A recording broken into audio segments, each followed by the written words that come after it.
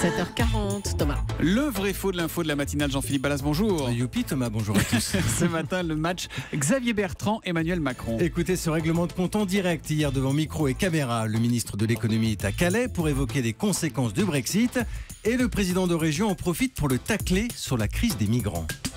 J'adorais les positions du ministre début mars. J'ai dit la même chose. Non, il était plus clair. Il était plus clair en disant clairement, c'est dans la presse anglaise, s'ils sortent, le camp de migrants sera en Angleterre. Non, et d'ailleurs, on peut dire, j'aime beaucoup le président de la région. Voilà, effectivement, c'est plutôt tendu entre Xavier Bertrand et Emmanuel Macron. Si les Anglais sortent de l'Europe, le camp des migrants sera en Angleterre, aurait déclaré Emmanuel Macron. Alors c'est vrai ou c'est faux ?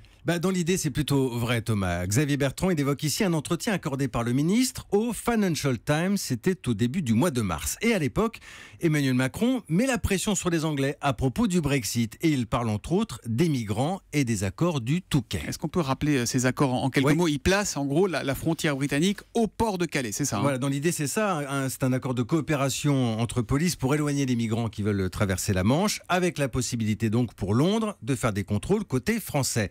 Mais dans le Financial Times, puisqu'on en parle, Emmanuel Macron met en garde contre les conséquences d'une sortie de l'Union européenne. Et je le cite, « Le jour où cette relation sera rompue, les migrants ne seront plus à Calais ». En d'autres termes, c'est une remise en cause des accords. Ça dit, dans l'extrait qu'on vient d'entendre, on le sent quand même assez mal à l'aise, Emmanuel Macron. Pourquoi ? Parce qu'à l'époque, cette interview, elle a fait des vagues au sein du gouvernement. Parce que là, Emmanuel Macron, il sort du cadre. Il est ministre de l'économie. Il n'est pas ministre de l'Intérieur. Oui, le ministre de l'Intérieur, c'est Bernard Cazeneuve. Lequel Bernard Cazeneuve a d'ailleurs recadré son jeune collègue de Bercy. C'est moi qui suis en charge de ce sujet. Et sur les sujets compliqués, il faut travailler beaucoup et parler peu. Traduction, mets-toi de ce qui te regarde. Je valide votre traduction, Thomas. En tout cas, Emmanuel Macron a retenu la leçon, puisque du coup, hier, il a été moins catégorique sur les accords du Touquet. Et il a surtout rappelé que c'est Bernard Cazeneuve qui gère le dossier.